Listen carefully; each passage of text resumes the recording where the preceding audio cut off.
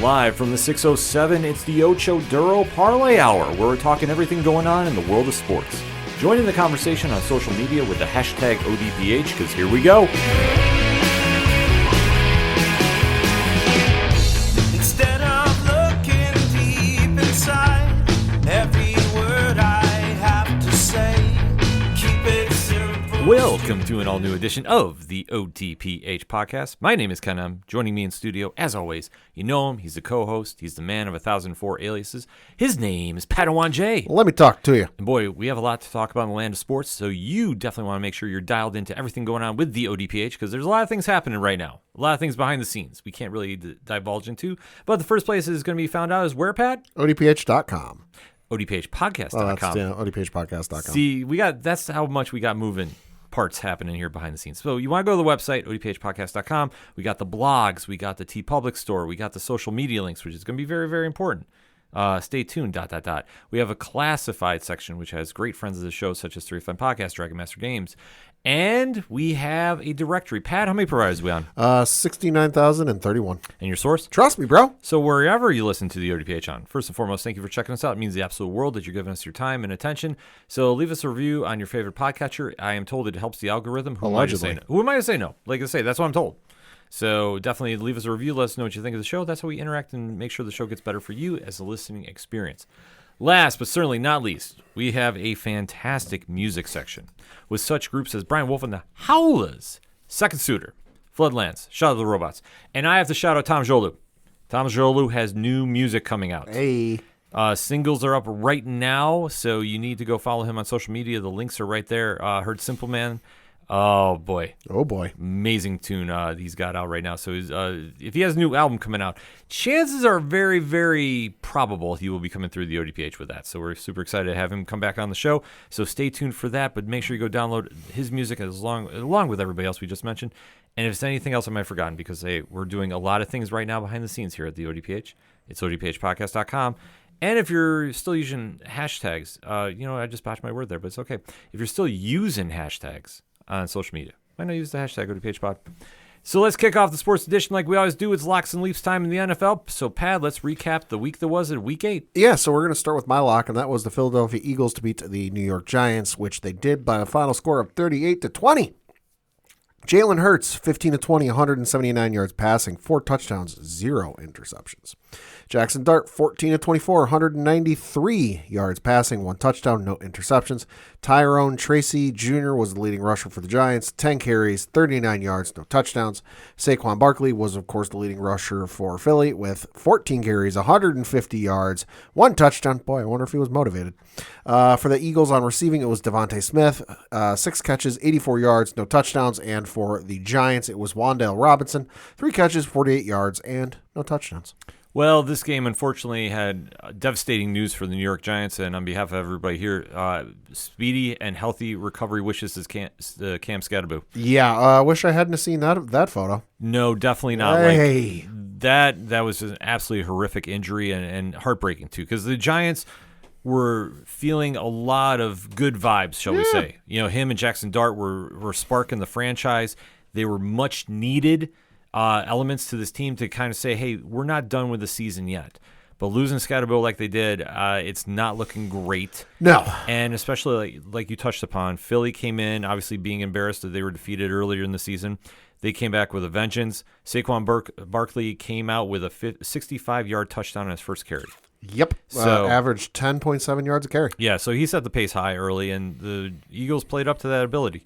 So they obviously want to make this a statement game. I think anytime you have 2 rushers that go over for 100 yards, it's going to make for a long day. And especially good for Philly's offense because A.J. Brown did not play. No, definitely interesting to see what's going on there. Mm-hmm. They have said that they're not planning on trading him, but the deadline is coming up very, very quickly. So stay tuned, ... But in the meantime, they are looking like Super Bowl contenders. Yeah. They did everything right. I mean, granted, there were some questionable calls by the referees, in my opinion. Yeah. So, but you're going to have that every game. It's just how you rebound from it.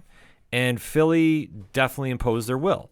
The Giants, as soon as Scatterbo went out, their wind went out of their sails, and that's unfortunate because he's a spark plug. He gets everybody on that bench going.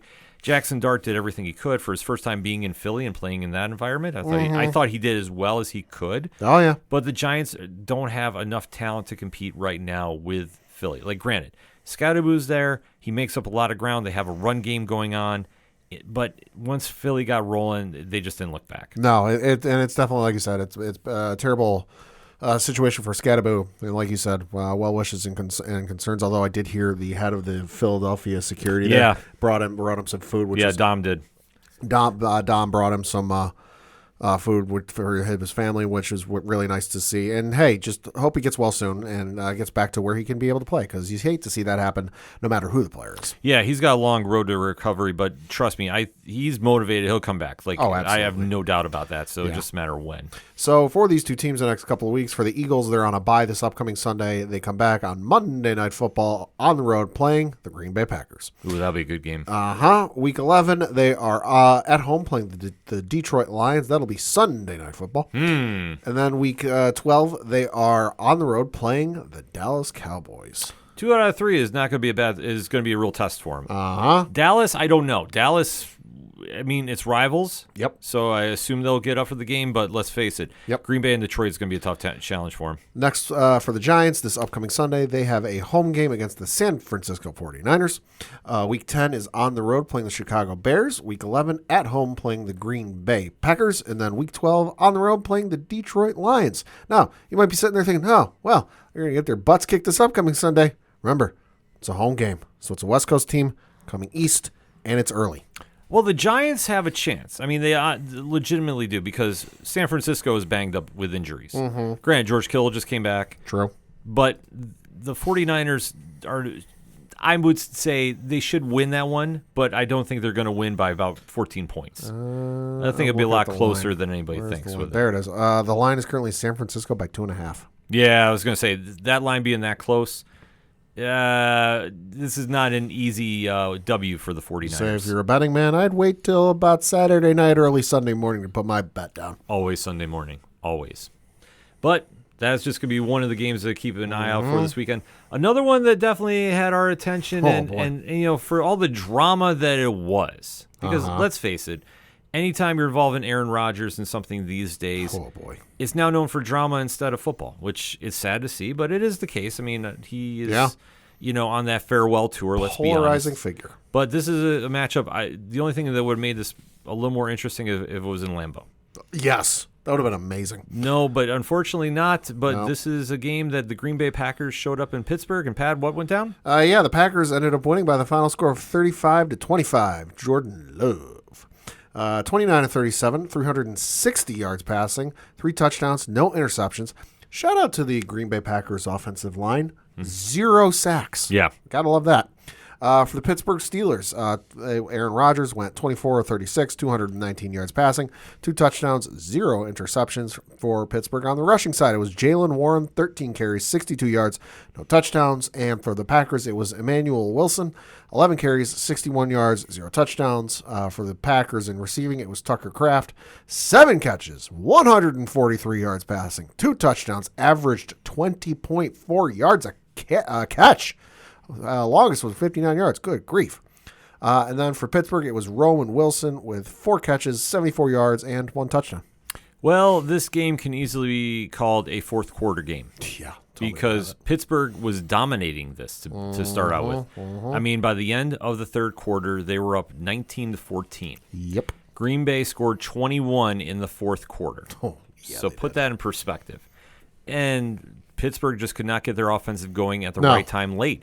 But this is all where Jordan Love has shown that experience and is making a argument. I'm not going to say he's there just yet. Sure. But when you think about the elite quarterbacks in the NFL, Love has stepped up into this role, and he's on that borderline of breaking through. He's definitely moving up the tier list. Oh, absolutely. And I think wins like this definitely solidify that argument. Yeah, because Pittsburgh, for as kind of iffy as the team can be these days, still a hard place to go into and play. Oh, absolutely. And Aaron Rodgers is still playing at a I will say high level. I mean, Sure. he's not the MVP level Sure. that he was. I mean, 2 touchdowns, no interceptions in 219. That's still good. No, he's still playing at a very comparable level Yeah. for the NFL. But, like say, Warren had a solid game running. Yeah. But it's just a matter of what can your defense do. And this is where Jordan Love really made that connection with Tucker Kraft. Mm-hmm. And when Kraft is busting away yards, Yeah. this is going to be a real problem for teams to cover because especially when they're locking in on Josh Jacobs, to see somebody else step up and steal the spotlight in this situation, that's huge. Oh, absolutely. And especially for Green Bay, that let's face it, would you say they have a true number one wide receiver on their roster? Not yet. No, and it's not a slight to them by any means. But when you start thinking about if they can develop a number one there, you give Jordan Love this many weapons, he's going to make a run deep in the playoffs. Absolutely. And the one thing that I know everybody's kind of fallen back in love with Detroit, as they should, Green Bay is still 5-1. True. I mean, granted, 5-1-1. Yeah, the tie hurts. The tie really hurts. Yeah. But you can't take anything away from the development of Jordan Love, and as long as he's behind center, they're going to have a chance to win every game.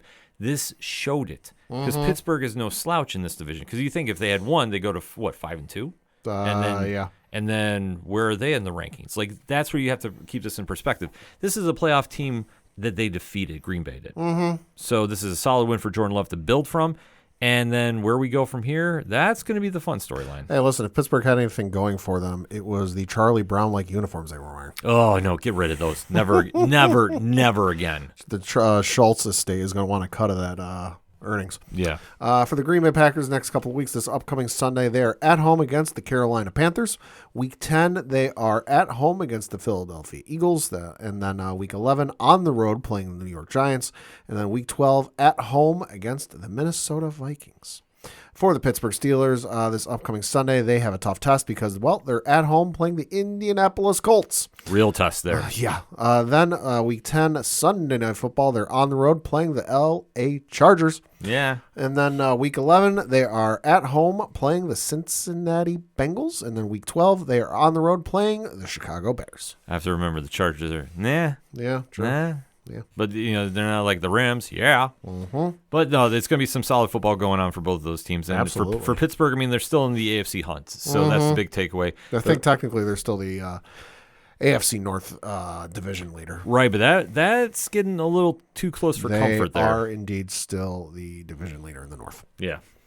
So as long as they keep winning, they'll be fine. Yeah. Another team that keeps winning. Oh, boy. And I don't want to take a victory lap on this. Okay. But remember in the preseason show, I said if you give Daniel Jones an offensive line, you're going to see what he's made of. And right now, as we record, he's in that MVP conversation. Oh, absolutely. You can't deny that. No. Will he win? I don't think so. No, I don't think he will because he has Jonathan Taylor. I was going to say, there's another dude on his team competing for the award. Right, but this one, I mean, this will be very short and sweet to the point. The Colts are for real. Let's talk about it, Pat. Yeah, the Colts beat the Tennessee Titans by the final score of 38-14. Daniel Jones, 21-29, 272 yards passing, 3 touchdowns, no interceptions. Cam Ward, 22-38, 259 yards passing, 1 touchdown, 1 interception.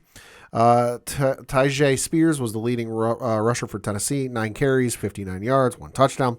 Jonathan Taylor was the leading rusher for Indianapolis, 12 carries, 153 yards rushing, 2 touchdowns. And then for Indianapolis on receiving, it was Michael Pittman Jr., 8 catches, 95 yards, 1 touchdown. And for the Tennessee Titans, it was Chamir Dyke going 7 catches, 93 yards, and no touchdowns. Well, this game can be easily summed up as the Colts, one of the elite teams in the NFL. Tennessee, one of the worst.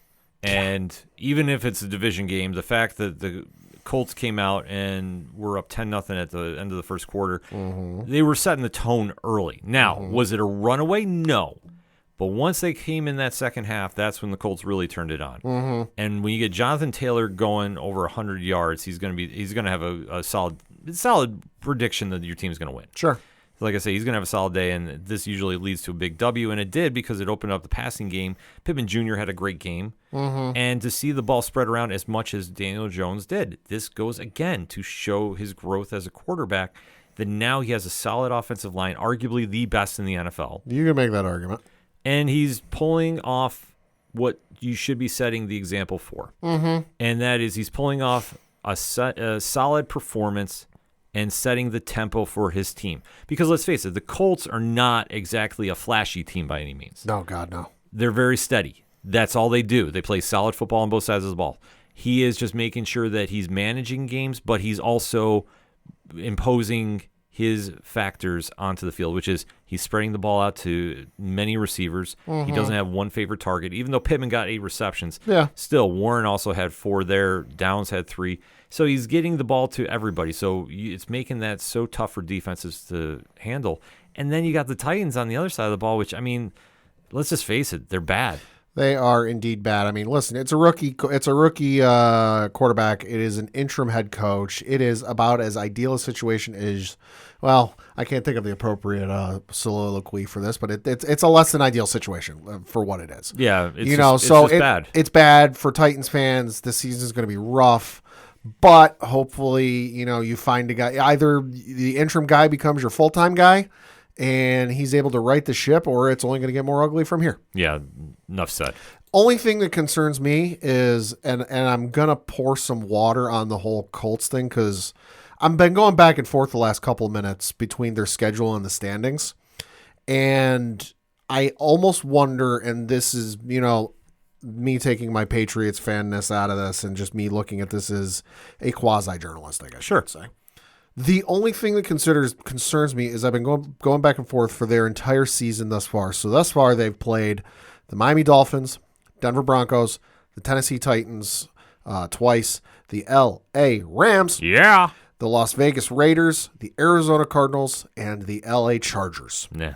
Of those 8 teams, of which they have a 7-1 record, and the only loss they have this season is to the L.A. Rams. Yeah. 3 of those teams, 3 are currently above 500. Well, that's the only concerning thing to me is this and this is something I think we'll see play out over the remainder of the rest of the regular season, because they've got some interesting matchups coming up. They've got Pittsburgh, Atlanta, Kansas City, Houston, Jacksonville twice, Seattle, San Francisco, and another game against Houston. So we will see this coming up. Are these guys for real? Or is this just a case of you're beating the brakes off the teams that you ought to beat the brakes off of? It's a great debate. I will give you that. It's a great debate. But like you said, they got Pittsburgh coming up. Yep. That'll be a real test. Yep. Atlanta, listen, depends on what Atlanta team shows up. We've if you're a longtime listener, you know where we stand on Atlanta. This is true. Kansas City will be a real test for them. Mm-hmm. So after that, though, Houston, I think they'll split with. Okay. Jacksonville, that's another one you don't know. That's 2 division games, and that's late in the season. Because the first Jacksonville game isn't until the first week of December, and then the other game they have against Jacksonville is the second to last week of the year. I will say this. I'll say they'll split between the division rivals. Right. Seattle is no joke. They'll play them close. San Francisco, who the hell knows these days? Yeah, exactly. You can't. The 49ers are going to be 49ers. Yeah. Like you just don't know. So so I will say this. Let's watch how they do against Pittsburgh and Kansas City. Sure. And I think we can make that benchmark then. Sure. But I will say this. When I watch this team play, and hear me out when I say this. Yeah. I don't get the same vibe than when I did when Denver went on that streak. Oh, okay. Like a season or 2 ago, where they were like 5-0, 6-0. Right. And who they faced? Miami. It was like Miami, the Jets. Like they faced all the teams that were 0-3. Like the Giants were like this too. Yes. So it's like I don't get the vibe when I see this team, because what I see on this team is an offense that is running on all cylinders and a very steady defense.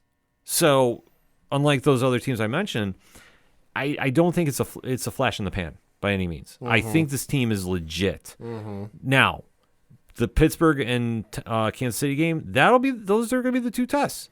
So if they get blown out, like let's say Pittsburgh blows them out by 14, right? They're pretenders. You'll have to say it then. If Kansas City does, I kind of give a little more grace to. Mm-hmm. Just because with Pittsburgh should not be able to put up like a blowout win on them. If Kansas City does, I could kind of understand it because they got a lot of their offensive weapons back. Mahomes is now in his prime era, would you say? Aaron Rodgers is past the prime. So, Right. you're going to have to watch those two games, and that's going to be the assessment that you do of this team. Anything else after that, barring any injuries, they should win outright. Yeah, no, they should. So They should. we'll see though. They're going to be in the playoffs no matter what. I'll say that's the safest lock. Yeah. We can do. So for the two teams, for the Colts, as I alluded to, they've got the Pittsburgh Steelers this upcoming Sunday. That'll be a road game. The next week is Week 10. Technically a home game against Atlanta, but if you look at the schedule, 9:30 a.m. Eastern, which means it's overseas. It's over in Berlin, Germany. So if you watch the game, there'll be at least one rendition of Country Road. Yes. After that, they've got a bye week because, hey, they're coming back across the Atlantic Ocean. Then Week 12 is the road game. I'm surprised this is 1 o'clock in all honesty. This, if anything gets flexed, this one might get flexed, is the Kansas City game. Because right now that's scheduled for 1 o'clock on CBS, but would not be surprised if that gets flexed out. We'll see. Yeah, that's true. And then for the Tennessee Titans, the next couple of weeks, should be interesting because they've got the LA Chargers this upcoming Sunday. That is a home game. Ugh. Yeah, and then they've got a bye week in Week 10. Coming out of the bye week, they've got a home game against the Houston Texans, and then a home game against the Seattle Seahawks. Yeah, Tennessee just get through the season. Yeah. I mean, it's just being honest. Listen, I fear for Cam Ward a couple games later this season. Listen to this stretch.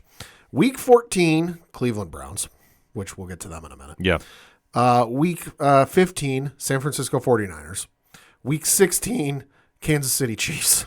I fear for Cam Ward's safety. That's a real rough stretch for him. Tell me about it. But you know what? He knew this going in. Oh, yeah. So, like I say, anybody that's thinking Tennessee was going to the Super Bowl this year is sadly mistaken. We all knew they weren't going to go. And they have a lot of rebuilding to do. No, I'm just hoping that in the offseason, for his sake, the front office gets him some help. Good Lord. Yeah. Because otherwise you're going to waste his time. Yeah. We said this many moons ago about Dallas. Yeah. That they needed to go get some help, and they made some moves, sure, but let's be honest, Dallas is another team that you never know what you're going to get out. They're like the LA Chargers. You never know. No, definitely not. And this was a game that they could have won. And surprised. And yeah, this was a surprising big loss for them. Sorry, Dre. Let's get into it. Yeah, so the Denver Broncos beat the Dallas Cowboys 44-24. Bo Nix, 19 of 20, 247 yards passing, 4 touchdowns, 1 interception. Kudos to the Denver Broncos offensive line, 0 sacks. Yeah. For Dallas, it was Dak Prescott going 19 of 31, 188 yards passing, no touchdowns, 2 interceptions. And then for Dallas, it was Javonte Williams going 13 carries, 41 yards, and 2 touchdowns, leading the way for Dallas. For Denver, it was J.K. Dobbins, 15 carries, 111 yards, no touchdowns. For Denver receiving, it was Troy Franklin, 6 catches, 89 yards, 2 touchdowns. And for Dallas, it was George Pickens going 7 catches, 78 yards, and no touchdowns. I'm not going to say that they fell in love with the big W's they've been getting lately. Mm-hmm. But something about this game, they just didn't seem right. Mm-hmm. And this was a situation that Bo Nix really showed a lot of poise. Yeah. And really stepped up and led this team. And for the Broncos, we've heard all preseason they were supposed to run away with the division. The Chiefs now have competition. Mm-hmm. I think in this game, I finally saw what people were saying. Okay. Because Denver's 6-2 now. True. And this is a very quiet 6-2. Mm-hmm. They're not making a ton of headlines, I think, because everybody's watching the Chiefs now having their quote-unquote resurgence. And this team is flying under the radar very, very steadily. Yeah. And I think that that's great for him, even though, like I say, with Sean Payton being there, this team did get to the playoffs last year. Didn't work out in their favor. Yeah. But this is a solid win to build from, especially if you're dropping double-digit points in most of the 3 out of 4 quarters. Mm-hmm. Dallas, on the other hand, really struggled to get going. Mm-hmm. And it's hard to say why. I mean, CeeDee Lamb still 7 catches, 74 yards. Yeah. Pickens 7 and 78. Yeah. So it's like you had your wide receivers going, but the run game just did not really progress that far. I mean, No. with Williams only getting 41 yards, the next leading rusher was Dak at 31. Yeah. You Which, know. when your quarterback's that high in your rushing chart, rushing stat line, not good. Yeah, so they never got going, and that defense they were getting tore apart. Yeah. and that's the easiest way to put it. Like it's not. Yeah. I'm not trying to over sensationalize it. They got tore apart. No, Frank, no, it wasn't. Hey, fun fact: there were almost 4 current or former New England Patriot quarterbacks on the field on Sunday. yeah, that was wild. Mac Jones, obviously playing out in San Francisco with the 49ers. Drake May, obviously the easy one. Joe Milton III got some time here in the Dallas game. Of course, former Patriot for 1 season. And then if things had gotten a little more out of control out in Denver, we could have seen the greatest quarterback in Patriots history come out off the bench in Denver. Jarrett Stidham, baby. Why do I say the greatest quarterback of all time? His first career pass in the NFL was a pick 6, and they had to bring Brady back in the game. Yep, Don't believe me? Go look up the footage. it's incredible. It's So absolutely you almost incredible. had 4 current or former New England Patriot quarterbacks on the field on Sunday. Yeah, but Denver didn't need to do that. Yeah. Like I say, Bo finished out the game surprisingly. Bo's looking real good. You know, and I gotta give kudos to him because I honestly thought when he came out, because obviously coming from Oregon, You never know. you don't. I mean, it's kind of like the curse of USC and Alabama when you're quarterbacks. I was just thinking that, yeah. You know, Oregon usually doesn't pan out, but with him and Sean Payton, like they're making that connection. They're Yeah. getting the most out of him. So listen, Get him a couple. You know what? They're fine on weapons right now. Get him maybe 1, 2 more. they need something in the To get some offseason. defense. Yeah, I was gonna say they don't have a real defensive lock No. yet. Like I say, you need somebody that's going to lock everybody down. Yeah. And, you know, like I say, shut down the run games. You Yeah. need somebody. Yeah. I just, like I say, there's nothing against anybody on that squad right now, but they need somebody to really be that enforcer up the middle there. True. But, you know, like I say, solid win overall. And then obviously, are they going to give the Chiefs a run? That's the storyline I'm looking at now. We'll see. For the Denver Broncos this upcoming Sunday, they are on the road playing the Houston Texans. Then week 10, short week, they're at home against the Las Vegas Raiders on Prime Video, so that'll be on Thursday Night Football. Week 11, home game against the Kansas City Chiefs. That'll be a must watch. And then they got a bye week in week 12. For the Dallas Cowboys, this upcoming Sunday, they are at home. On this upcoming Monday. They're at home against the Arizona Cardinals, so that'll be on ESPN, ABC, whatever else they decide to do because, hey, double headers. All right. Is that still a thing? I hope not. Ugh. Week 10, they're on a bye. Coming out of the bye week, they've got another Monday Night Football game. Hey, NFL fans, you like this many Cowboy national televised games? Oh, that's America's team, allegedly. Allegedly from the 70s, and they haven't won anything since the 90s. Yeah. But this the Week 11 game is on the road playing the Las Vegas Raiders. So expect plenty of shots at Tom Brady because ESPN. And then Week 12 should be an interesting one because, well, it's a home game against the Philadelphia Eagles. Well, that's gonna be a true test for him. Like I really think if Dallas 3-4, they could come into that game being 5-4. Yeah. Legitimately. True. So I'm not saying the playoffs are on the line, but if they can somehow pull off a win against Philly, they'd go to 6-4. They're in that title contention for the AFC East or NFC East rather. So I mean, anything's possible because then the week after they got Kansas City, and I don't think they're winning that one. No, there's no chance. But we'll have to wait and see. So going around the rest of the league, we'll start with the Thursday night game, which was the Los Angeles Chargers beating the Minnesota Vikings 37-10. And folks, if you saw the little factoid that came out, I think it was the day of the game, you should have seen this coming because the Minnesota Vikings have not won, now this next part's a key part, a road game on a Thursday night in 47 years. They have not won a road game on a Thursday since 1978. Yikes. Well, I mean, let's face it. When Carson Wentz is your quarterback at this stage in the game, And then he goes down. yeah, this, Shout out Max Brosmer, yeah. I mean, the legend out of Minnesota. I don't want to pile on it.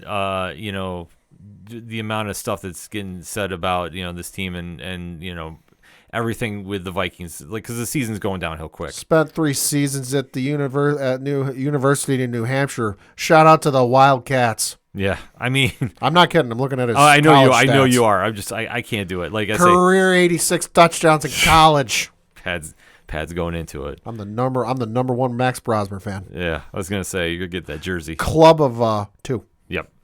But listen, the Vikings are just not Yeah. playing up to snuff. I mean, without McCarthy in there, that season is not. Which it sounds like he might be playing this upcoming week. I think for their That's the sake, early word? He has to.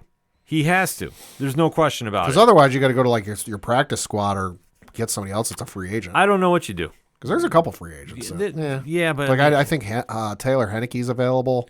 There's a couple guys. But at this stage, though, to get them over Yeah. Green Bay, I mean, listen, Detroit, not everybody could do a Baker Mayfield. yeah, that's the whole thing. It's like unfortunately, I don't think they're gonna catch lightning in a bottle.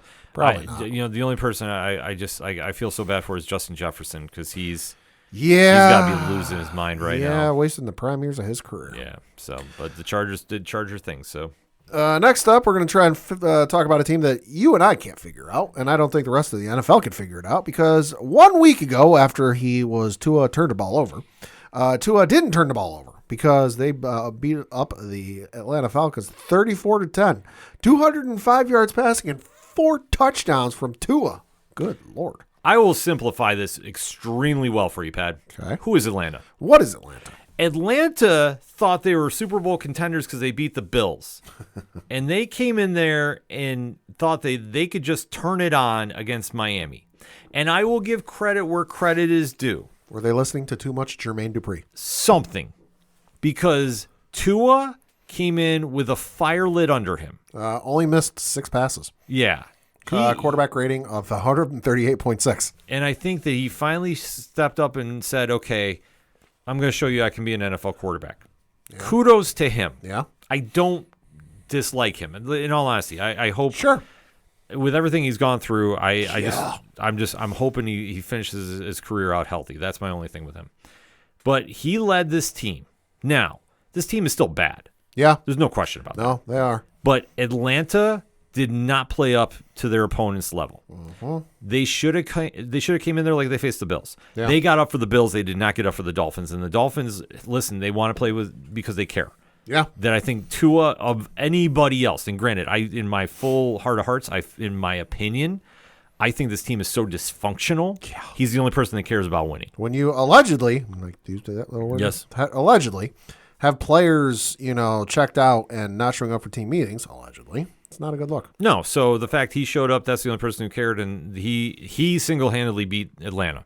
Well, and especially too, the thing that's not helping them is like you said, how dysfunctional the team is, but also just how bad their run game is. Their career high for rushing in a game this season was Week 6 against the LA Chargers, where Kane went for 128 points. After that, it's been 55, 30, 62, 99, 16. 82 and 67. Yeah, they're just bad. I realize it's a pass-happy offense in the NFL this year, but you still need a run game to set up the passing.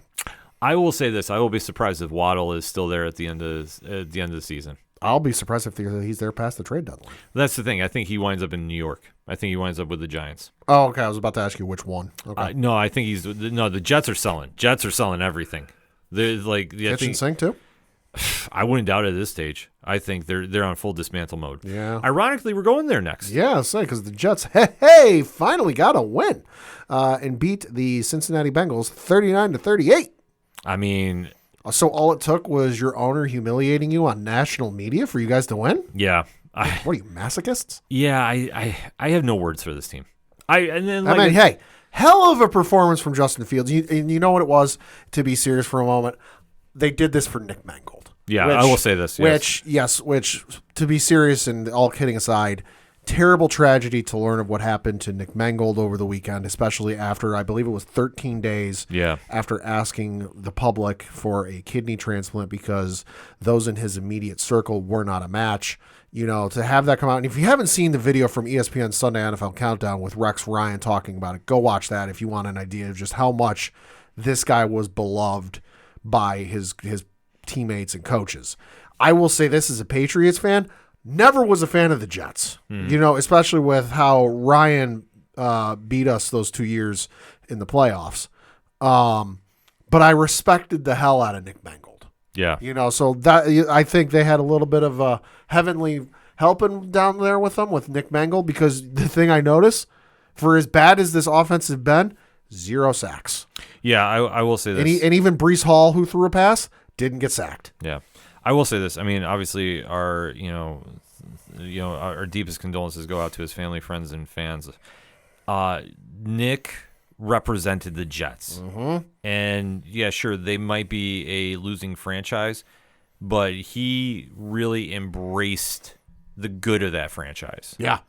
And the fact that, like, he embraced New York, too. Like, you'd see him out at Ranger games. Oh, my God. All the time. You know, like I say, and they needed somebody like that to really be the face of the franchise. And he was, and especially during the Rex Ryan era. Yep. You know, like I say, and it's just a devastating, Yeah. you know, tragedy. Yeah. Like I say, that's, you know, it's absolutely horrible to hear at 41 years old. It's Yeah. just, oh, my, like. Kidney disease at 41. Yeah. So, Crazy. I mean, but yeah, for the Jets, yeah, like you touched upon, Pat, you know, it's a win, and, you know, like I say, dedicated to Nick. Like I say, that's the win right there, because with how bad this team was playing. Yeah. You know, and I was going to say, because my take was going to be the Bengals.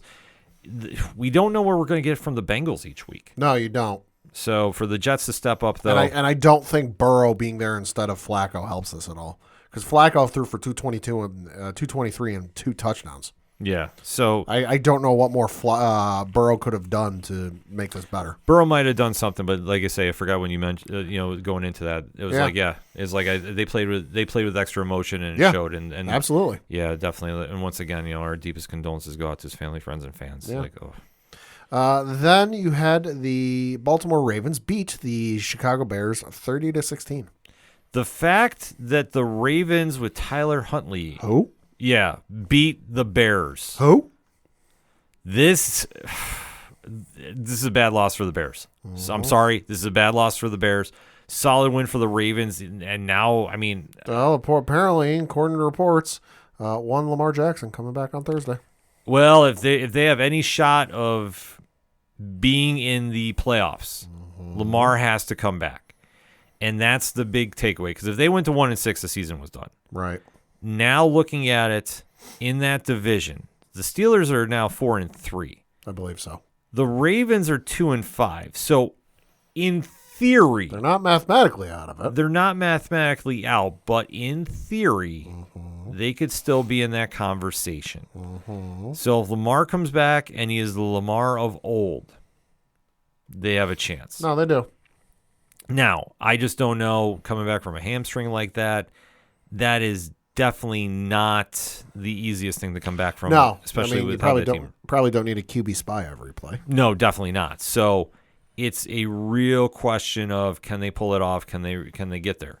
I don't know. I'm going to say this. We'll just have to see how he plays. Mm-hmm. I'd like to see him as a competitor to get back there. Yeah. But like, listen, I'm going to keep it 100. I don't know. I don't know how he's going to bounce back. Hamstrings are a tricky thing. Yeah, because if he does something wrong while he's running for a couple plays, like the first couple series are going to really kind of give me a good understanding of what's going to happen there. Then you had the Houston Texans beat the San Francisco 49ers 26-15. Surprising loss, I will say, even though the 49ers played very, very tight. Yeah, good game from Stroud. Yeah, but Stroud, he 318 too. He bounced back. I was actually talking with a few people about this online. And Stroud, really had time to pick apart the defense. That's something he really has not had a lot of.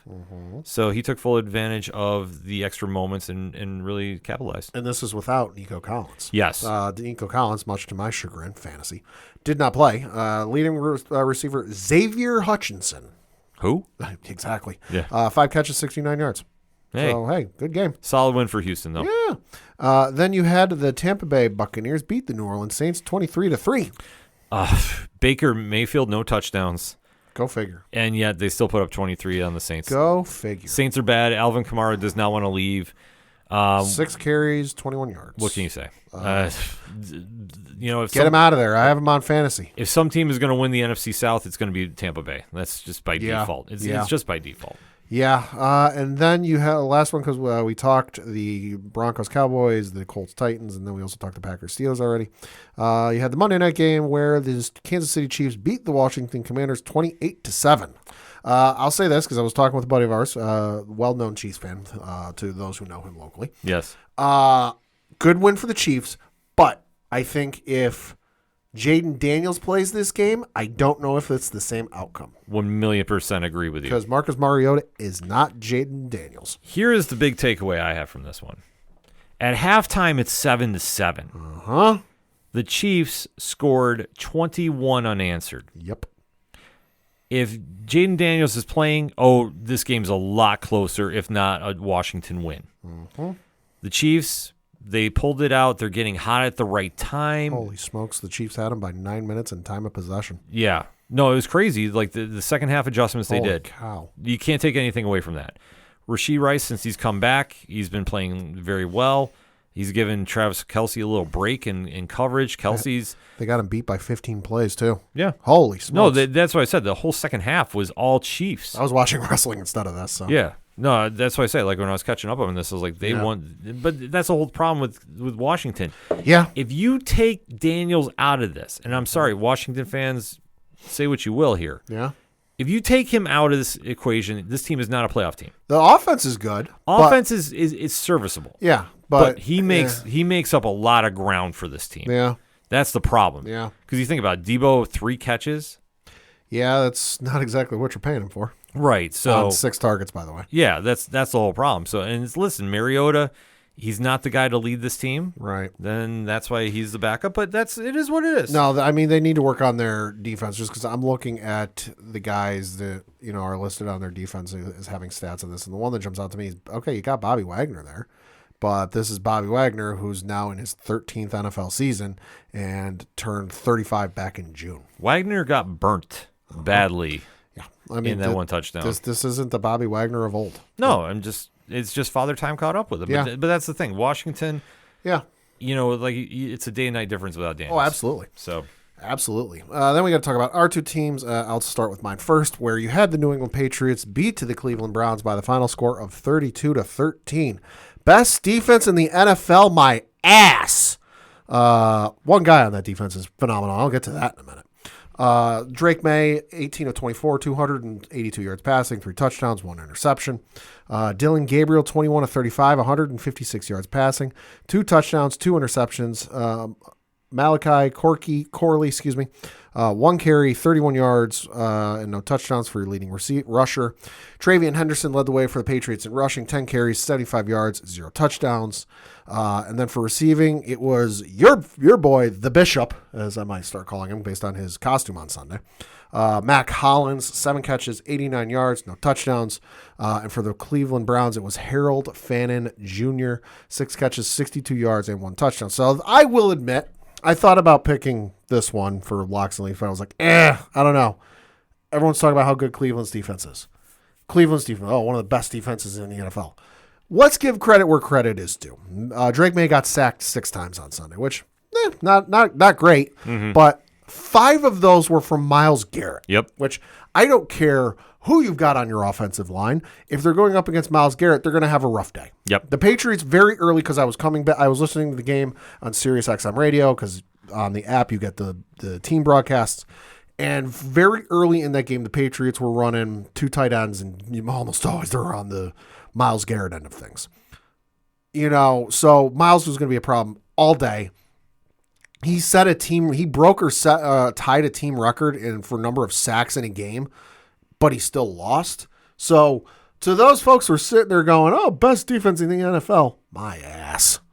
the thing about it is Cleveland is a solid defense. Myles Garrett makes up for a lot. This is true. But granted, I don't want to hear him say anything about winning and losing because he opted to stay. He took the bag. He requested a trade. Yep. And then signed the contract. Yeah, I'm not, like I say, so anything about that, I'm just ignoring if it gets messaged to me. I'm not listening. But the problem is with the Browns do not have an offensive identity. No. And I don't care how great, your leading rusher was Malachi Corley. 1 carry. But here's the thing. This is where the comparison I'm going with. Okay. The Browns have a great defense. They don't have a great offense. This is not like the same with the Baltimore Ray Lewis teams when Trent Dilfer was quarterback. So this is something people need to realize. They have a great defense, but you need something to balance it out. And when this team is on the field, and I mean the defensive team is on the field as much as they are, they're going to run out of gas. And the fact that they shut down New England in the 4th quarter is great. Right. But you go 2 quarters scoreless. Well, we went 2 quarters scoreless. And if I'm not mistaken, the 3rd quarter, or no, it was the 4th quarter, I think, where we had the Patriots had the safety. Yeah. So you have to keep that in perspective. Yeah. So this Browns team they're not going to develop until they get some offensive weapons around him. No. Like, say, Judkins is supposed to be the guy. Quentin Judkins. Judkins, I'm sorry. 9 carries, 19 yards. No touchdowns. Yeah, so his longest was 6 yards. Yeah, so and then receiving 3 catches on 3 targets, -2 yards receiving. yeah, so that being said, he's not the guy yet. No. He just came in off a holdout, or injury rather, or Yep. whatever it was. He wasn't with the team. I apologize for Right. forgetting. Either way, Gabriel is still a rookie. Yeah. Who, I mean, he does not exactly have a veteran leadership behind him because they let Flacco go. Yep. So this team is going to be struggling for a while on the offensive side of the ball. Am I saying Yeah. a coach should be fired? No. Will it happen? Maybe. Probably. I don't know. But this is what the Patriots are now turning into, is the Patriots of old, where they have a team that is subpar in one aspect, and they fully dominated that side of the ball. Yeah. Drake May, listen, he's looking great. Can't take anything away from the kid. Their offense is running, and this is something this is a Mike Vrabel offense. Like you don't even need to know he was the coach, and you just watch it and you know it's him. Sure. I mean, I will say I love the offense, especially, and I can't take credit for the stats. Somebody pointed this out to me. They have had a different receiver as the leading receiver every game, with the exception of 2 weeks. So you had Booty was one, then you had Stevenson, Hunter Henry. The only one they had to repeat was Diggs against Carolina, and then Buffalo, Buffalo. Yeah. But after that, it was Booty, Diggs, and Hollins. You do not see the same guy week to week to week to week to week getting the high reception count. They're spreading the ball out very nicely. Yeah, no, I agree with you. So, the Patriots they're doing everything right at the right time. Yeah. Can they keep this up? Debatable. We'll have to see. We'll like see. I say, I know a lot of people are crowning him. Listen, Patriots were just is a matter of time before Vrabel got everybody back on track. Oh yeah, and the team is bought in. Yeah, that's the key thing. The nutty video I saw today, actually, and this kind of eased my nervousness a little bit because I was still waiting on the proverbial powder keg to explode. Was Stephon Diggs, because let's face it, you didn't know from everything you've heard. There was a video, though, that the Patriots put out after one of the series where they had scored, and he went up to McDaniels and he goes, "What do you need?" Yeah, and he was total team player, totally bought in. And McDaniels went over him like, "Hey, yeah, you just had that one mess up. Here's what happened." He's like, "Okay." And that was it. And I'm like, you know what? Maybe he's bought in. Listen, I'll say this, and I mean this in the nicest way possible. As long as he's getting the ball, Sure. and he's buying in, you don't have a problem. Sure. It's the moment that he checks out Yeah. that everything's going to fall apart. I hope for your sake Yeah. it doesn't happen, but this happened in Minnesota. True. It happened in Buffalo. It didn't happen in Houston because he got hurt. True.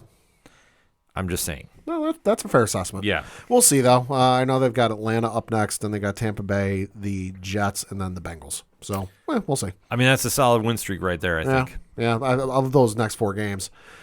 Only one I see being a real threat is Tampa Bay. Yeah, I was going to say, Cincinnati, you don't know what you're going to get out of. It depends on who shows up. You Right. know, if it's Flacco, it could be into something. If it's Burrow, it might be a little more of a something. Yeah, if Burrow comes back by then. I don't think he is, though. But I don't think so. let's see. But last but certainly not least, the Buffalo Bills had a bye week, took full advantage of it, and boy, they put a whooping Yeah, they did. on my favorite non-Bills quarterback, Andy Dalton. The man, the myth, the legend, the man who never has to buy a meal in Buffalo. Nope. I'm just hoping he comes there as a coach at some point. He'll be good. Oh, it'd be full. Could be good. It would be a full circle moment there. Give him a parade. But the Bills won 40-9. Good Lord. Josh doing Josh things. 12 for 19, $163, 1 touchdown, 0 interceptions. James Cook, have a day, will you? 19 carries, 216 yards, Good 2 Lord. touchdowns. And Shakir was the leading wide receiver with 6 catches, 88 yards, and 1 touchdown. On the other side of the ball, I mean, if you really want to talk about it, Andy Dalton, 1 interception, unfortunately for him. Yeah. 175 yards passing on 24 attempts. Rico Dowell, everybody's fantasy pickup this week, 54 yards, 0 touchdowns on 8 carries. And Tet McMillan, the number 1 draft pick for the Carolina Panthers, 7 catches, 99 yards, 0 touchdowns. This is the Bills on a bye week. They came out with a statement, and they showed up. I mean, that's the big thing. That was a game they should have won. Yeah. And they did. Yeah, so this was a game I was glad that they did not look past, because obviously we got Kansas City coming up this week. Mm-hmm. That is a game I know that everybody has circled. So we've all 4 teams in the AFC have now played the Carolina Panthers. Yep. It's just kind of interesting to see where they're at, especially since a lot of people figured they'd be on the upswing by now, and well, it ain't quite happening.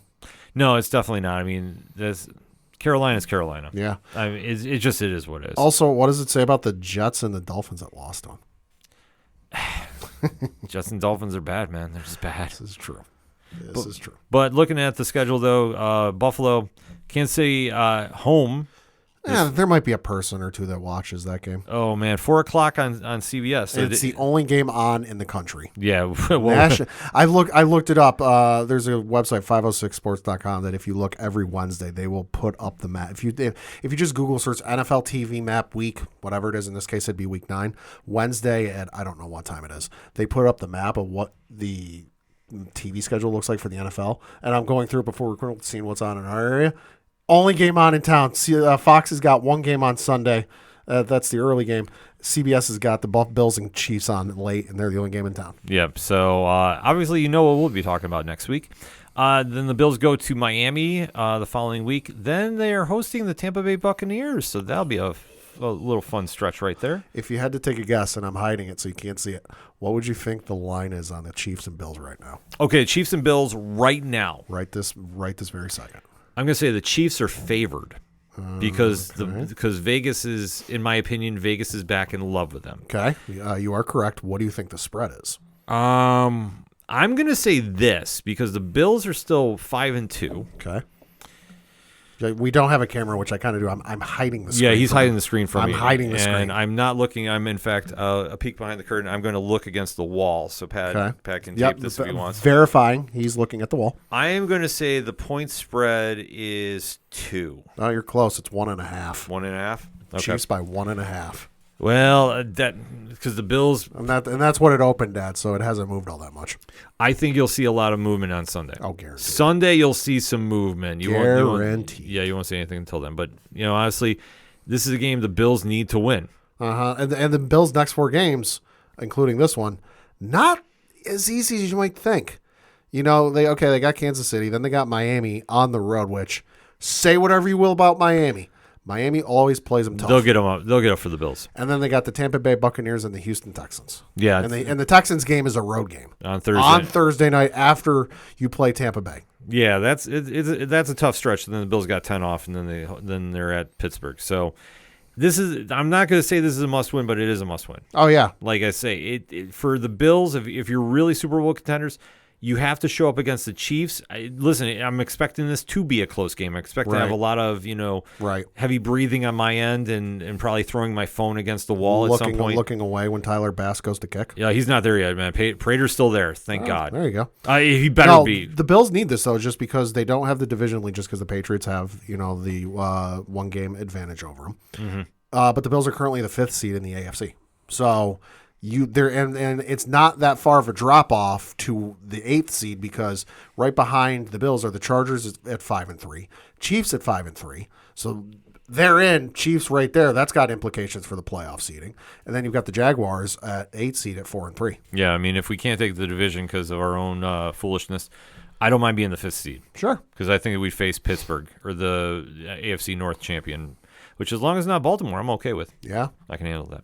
But that being said, we gave you a lot of information about Week 8 in the NFL. Now we want to hear from you, ODPH Society. Hit us up on the hashtag. Let us know how your team is doing now, almost at the halfway point of the season, as crazy as that sounds. So let us know, what's your take for your team. Hit us up. Let us know. We're going to take a quick break. We'll be right back. You ever wondered what comics Mark from Valem is into? What Zach from Left Behind's favorite MCU movies are? Well, Metalcore Nerds is the show for you. My name is Sean Mott, and here at Metalcore Nerds, we cover the latest things in pop culture, whether it be Star Wars, Marvel, DC, AEW, and everything else in between. You can listen to the show every Monday on Adobe Howl at 7 p.m. Eastern, or find it anywhere you find podcasts after it debuts on the radio station. Coming back for another segment on this edition of the ODPH podcast. And we have some wrestling to talk about, don't we, Pat? Yeah, we do. What's going down this weekend? It's taking place this Saturday, November 1st, 7 o'clock Eastern, 4 p.m. Pacific, from the Delta Center in Salt Lake City, Utah. It'll be on Peacock here in the United States, YouTube in most other international markets. Check out your local listings for where it's on in your area.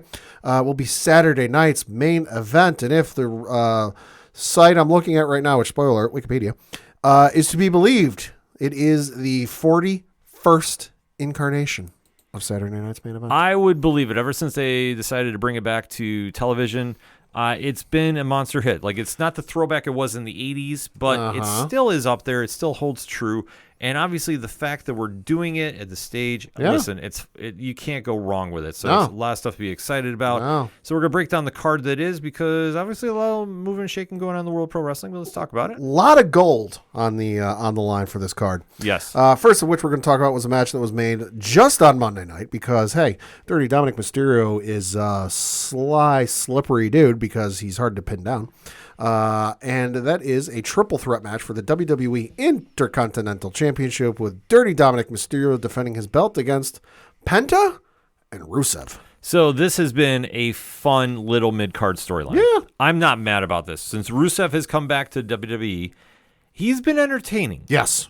Granted, the camera shot that they did about him sneaking in the ring on Monday was classic. That was good. I can't go wrong with that. Penta is still doing solid things in the mid-card stage, which the WWE is utilizing him completely. Oh, absolutely. You know, I think for separating him and Phoenix, Makes sense for right now. It makes sense for right now, but trust me, they'll be reuniting the Lucha Brothers at some point because I think they really want to bolster the tag team division with those two. And then Dominic Mysterio, what can you say? He's the MVP right now of He WWE. is a lot better than I thought he ever would be. Man, he just keeps getting better and better each and every week. So this is going to be a fun match. I don't see him taking the belt off Dom. No, especially Anytime soon. when you consider he's got the Judgment Day on his side, so obviously Finn and JD, you would presume, will come out there. Plus, there's this whole budding friendship or whatever it is with him and El Grande Americano and his two lackeys. See, I don't doubt that they're setting up for the breakup from Dom and the Judgment Day. Ooh. I think that's happening. Okay. Now, when, I'm not going to say War Games because that would be too soon. Right. But don't doubt if by Royal Rumble time that goes down. I think that may be the case just because, okay, yes, Roxanne Perez is in the Judgment Day. Liv is, still injured, not coming back. From what I was reading, it sounds like she's not coming back this year. It's going to be some point the first quarter or first part of next year. I think she comes back at Rumble, to be honest with you. So, but it doesn't feel like they're even trying to replicate what they did when Rhea went out and Liv stepped in the role as like his girlfriend or whatever, whatever you want to call the relationship. So no, I could see them splitting Dom off and doing his own thing. I'd be all right with that. Well, it makes sense if they want to do that. Like that's the key aspect here. Like Dom is, I don't want to say he needs a group anymore. Like he did when he finally turned heel, he needed a group. You can't say he didn't. But now, look, he's one of the top draws of the company. Whether you love him or you hate him, you're still tuning in to watch him. Yeah.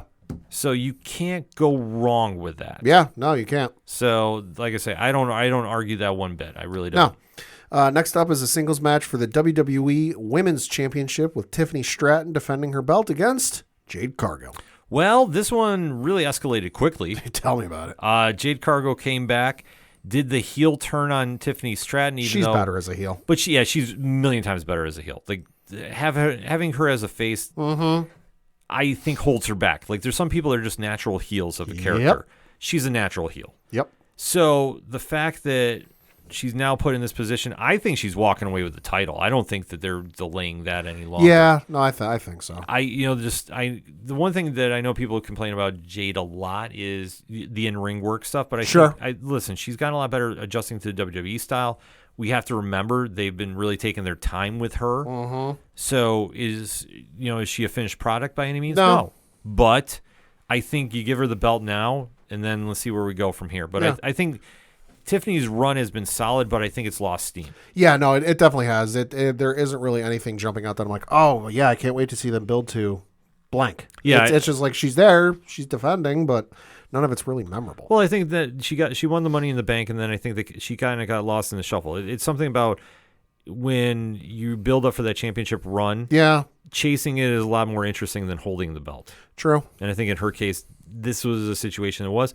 But it's not to say that if they decided to do a brand split or somehow send her to Raw, Yeah. I think that would be a really good move at this point. Yeah, no, give- I do too. So we'll have to see. But I think Jade wins this hands down. No, I do too. Next up is going to be a singles match for the undisputed WWE Championship with Cody Rhodes defending his belt against Drew McIntyre. Well, this one, interesting build. Yeah. Cody Rhodes back from his movie, trying to recapture some steam. Drew McIntyre is always a main event player in the True. WWE these days. This one, I'm going to say this because I think the ultimate plan is to get Cody and Randy Orton together. I'm going to say the person that's been taking out Jacob Fatu and all them Okay. is Randy Orton. Oh, all right. And I could I'm all right with that. see like something happening where Randy gets involved Yeah. in this. Cody retains. I'm going to say yeah. easily he retains. Is he Yeah. going to be clean? I would hope so. Yeah. But listen, Drew losing doesn't hurt him at all. Nope. Doesn't hurt the stock one bit. Nope. I agree 100%. So that being said, it just depends if they want to escalate the Randy program early or they want to wait. I'm going to say they'll probably start planting the seeds at the show here. Like whether Okay. there's a backstage segment or Okay. something will transpire. They'll start planting those seeds. Yeah, no, I agree 100%. And then your main event for the evening is a singles match for the vacant World Heavyweight Championship with CM Punk taking on Jey Uso.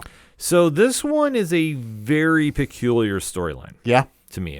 With Seth Rollins being hurt, WWE had to pivot. Yep. And with the vision, Braun Breaker is now running the shots. De facto, yeah. Yeah, which it's one thing to have Bronson Reed there, which is great. I think because Bronson with Paul Heyman, that only helps. That's nothing wrong there. But they're missing something. Yeah. And then you have Jey Uso, who's teetering to a heel turn. Yep. The yeet movement seems to have slowed down a little bit. If you notice, he's not really doing all the yeeting. Yeah. If I can say that. Sure. And then you got Punk, who is in that world title hunt always. Yeah. I feel Jey Uso is going to win this Ooh. because I think he joins the Vision.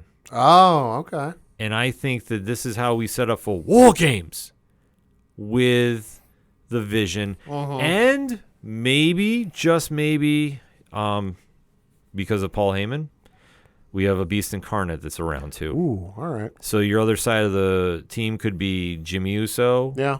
CM Punk, LA Knight, yeah, Yeah. Yeah. and Roman Reigns. Yeah.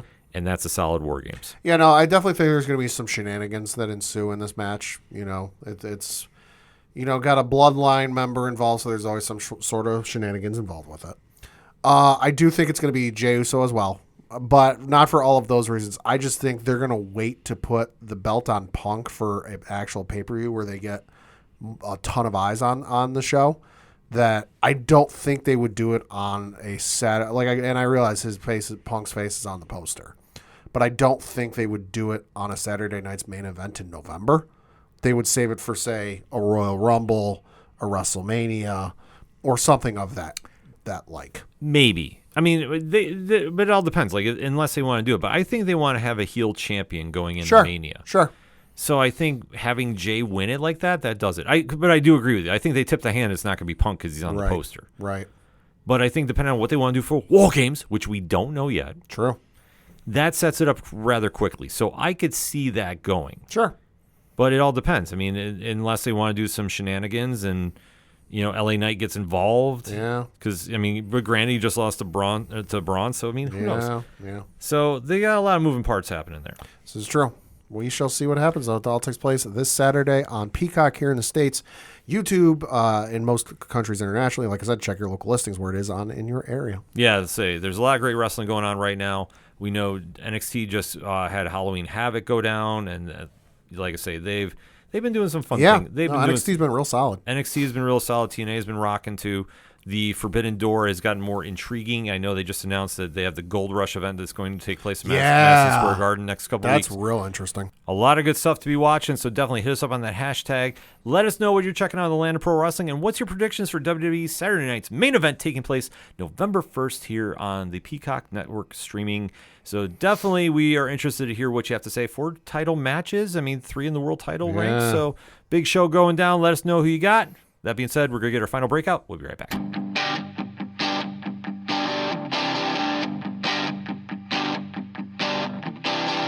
This is Tom from Tom Joe Lou, This is Matt from Sidemen Sounds. and you're listening to ODPH Podcast. Wanna go where no one knows my name, to the desert, the oceans, or the plains. 'Cause I wanna... Coming back for the final segment on this edition of the ODPH podcast. Pad, what you got? Got a couple things to talk about. First of which is obviously the local minute, and looking at the standings for the Federal Prospects Hockey League and the Empire Division. Binghamton Black Bears still in first place. Let's ride. Sitting in first place with 17 points. Port Huron Prowlers are in second place with 15 points. Blue Ridge Bobcats coming up in third with 9 points. Right tied with them are the Topeka Scarecrows, also with 9 points. 5 are the Danbury Hat Tricks with 6. Watertown Wolves are in sixth place with 4 points, and then the Indiana Sentinels bringing up the rear with no points. Looking at the schedule from this past week, they had 2 games, one on the road, one at home. The road game was on Friday, August 24th, where they beat the Watertown Wolves by the final score of 5-4. And then they came home Saturday, October 25th, and won that by the final score of 5-2. Looking ahead to this upcoming weekend, they got 2 road games where they are playing the Port Huron Prowlers. Friday, October 31st, 7:45 p.m. is the first game. And then the second game is on Saturday, November 1st, 6:05 p.m. Eastern. They do return home, though, Friday, November 7th to play for a couple of home games against the Indiana Sentinels. So they'll have to wait a week, but they will be home soon. For more tickets, information, all that good stuff, BinghamtonBlackBears.com, because they do have a couple of interesting promotions coming up, including they got a military appreciation night coming up. They've got an education and government employee appreciation night coming up, country and FFA night, a whole bunch of stuff. So go check out their website for all that good information. Yeah, it's always good to support local teams wherever you're at. Yeah. Because obviously you see the stars of today or tomorrow in your local area today. Then we got to talk a little bit of World Series, because holy cow, this series has been better than I expected it to be. I will say too, yes. Series currently tied 2 games apiece. Game 5 is tonight as we record out in LA. It'll be 8 o'clock Eastern on Fox. That's assuming it doesn't go 18 more innings, which I think that's the thing we all got to talk about, because oh my Lord have mercy. So the game started on Monday, ended on Tuesday morning. Was won by the Dodgers. Final score 6-5. Went 18 innings. Shohei Ohtani, which, hey, if people don't talk about him enough, here's one that even I was impressed with. 4 for 4 from the plate. 2 home runs. 3 runs batted in. 2 doubles. Walked 5 times. So the dude went 4 for 4. And then they walked him 5 times in a row. So he reached base 9 times in a single game. That's insane. Which hadn't been done, if I heard the stat from Fox on the broadcast right, hadn't been done since like 1942. Absolutely insane. The Dodgers went through every pitcher in their bullpen they had. Tyler Glasnow got the start, went 4 2/3. They then went through every other pitcher they had in their bullpen, to the point where at the end of the game in the 18th inning, Yoshinobu Yamamoto, who had pitched a full 9 innings on Sunday, was going out to the bullpen and warming up to come in and pitch in relief. Absolute insanity. Although, hey, Freddie Freeman became the first person in Major League Baseball history to have 2 walk-off home runs in the World Series in Major League history, when he hit the walk-off home run in the 18th inning. By the way, that was at like 2, almost 3 in the morning. Yeah. Absolutely insane. Here's how long that game was. So the Washington Commanders, as we talked about in the first segment, played the Kansas City Chiefs on Monday Night Football in Kansas City. Their flight was delayed. They played the game. Their flight home was delayed. They got on the plane, and they almost landed in D.C. by the time that game got over. Absolute insanity. That's wild. The other wild one is, if you're up in Canada, you can watch the game on Sportsnet, which, hey, kudos to you. You got Dan Schulman calling the game up there. Fantastic broadcaster. His wife, though, because Schulman mentioned this on the broadcast, his wife caught a plane from Toronto to Los Angeles, landed, got in a cab from the airport to the hotel, all the while the game was still going. That's just how absolute insanity it was. It's crazy, but but it's the fall classic, so you're going to wind up having that. Yeah, so game's tied. We will see what happens. But hey, for the first time in Major League Baseball history, because it's going at least 6, games 6 and 7 in Toronto, it'll be the first time in Major League Baseball history the baseball season has started and ended outside the United States. Season started in Japan, will end in Toronto. It's wild times, folks. Wild times to be a Yeah. sports fan, but it's exciting times nevertheless. Yeah. Closing out very quickly, we did mention about the NBA kickoff, which has been very exciting. The NBA coverage on Yeah. NBC has been fun. I love it. I dug the NFL intros they did for the Knicks players the other night. That's what they need to do. Oh, I love that. See, there was something about it when it came back that I was like, okay, now it feels real. Like Yeah. now it's like, okay, here we are. I get it. I'm excited for it. And way too early in the season to get predictions. Yes. Undefeated, Philadelphia and Chicago are at the top of the Eastern Conference, 4-0 and 3-0 respectively. Will not stay that way. Miami, Cleveland, and the Bucks are all 3-1. Your New York Knicks are at 2-2 with Charlotte, Detroit, and then rounding out the top 10 is Toronto and Atlanta. So nothing really too shocking there, but No. yet again, way too early in the season to go crown a chip. Yeah. In the Western Conference, though, this is very interesting to me. Oklahoma City is 5-0. I figured that might happen. San Antonio is 4-0. Well, friggin' Wembanyama Is playing out of his mind on right opening now. night, put up 40 points. Friggin' unicorn he is. Yeah, no, he's He's averaging 31 a game. playing out of his mind right now. He's averaging a double-double right now because he's got 13.8 rebounds a game. Yep. And 2.8 assists a game. Good Yep. Lord. Yep. So Golden State's right behind him with Denver. But here's where the drop off is. Golden State is 4-1. Denver, Utah is 2-1. 2-2 is the Clippers, the Lakers, the T-Wolves, the Trailblazers, and the Grizzlies. Oh my.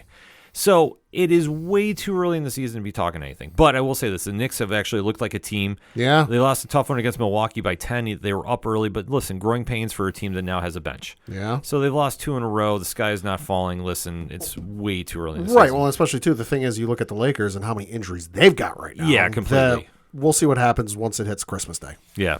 The Rangers are toying with everybody in the Metropolitan Division. So listen, 5-4 right now with with 10 points. Still, I mean, they're not out of it yet. Good win against San Jose last night, though. They just got to put it together. So Yeah. listen, they're just messing around with everybody because obviously the cup is coming back to New York. So I got nothing to worry about. And I think that rounds us out for sports this week. So for anything and everything that is the ODPH, you can find it at odphpodcast.com. Once again, that's it for us this week. So for the one and only Padawan J, Fuck the Astros. I'm your host, Ken M. Thank you as always for listening to the ODPH podcast. We'll see you next time.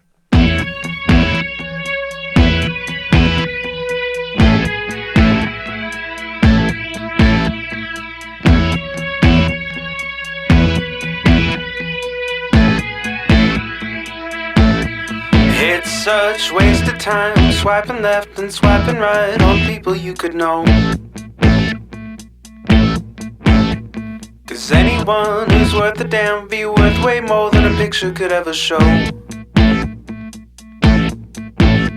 You could find the right light, find the right angle, and never find your soul. And it can feel like a losing battle, and this plot is full of holes. This modern way of finding love just makes me feel so alone. And I can't be the only one sick of staring at my phone. So look up, talk to me, a better way to spend our energy. Just look up, talk to me. We don't have to float alone on the open sea. Don't know that I believe in the old time fable. Everyone has just one true love. All I know is you're across this table, and you're all I'm thinking of. So look up, talk to me, a better way to spend our energy. Just look up, talk to me. We don't have to float alone on the open sea. Ooh, ooh, talk to me.